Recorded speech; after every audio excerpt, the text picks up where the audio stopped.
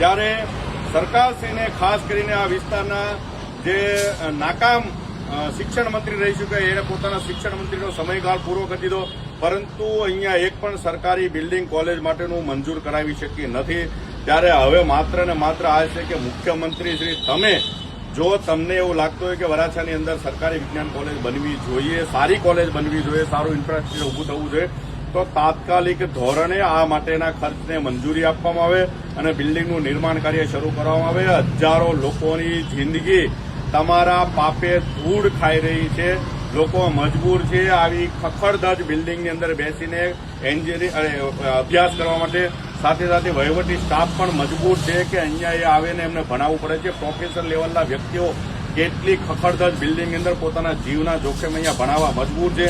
ત્યારે જે ગુજરાત મોડલની આખા દેશની અંદર વાતો કરો છો, આ તમારું સત્ય સામે છે કે ભંગારમાં ભંગાર થયેલી તમારી સરકારી કોલેજને હટાવીને સારામાં સારી કોલેજનું બિલ્ડિંગ બનાવવામાં આવે એવી આમ આદમી પાર્ટી વતી માંગ છે. જય હિન્દ, જય જય ગરવી.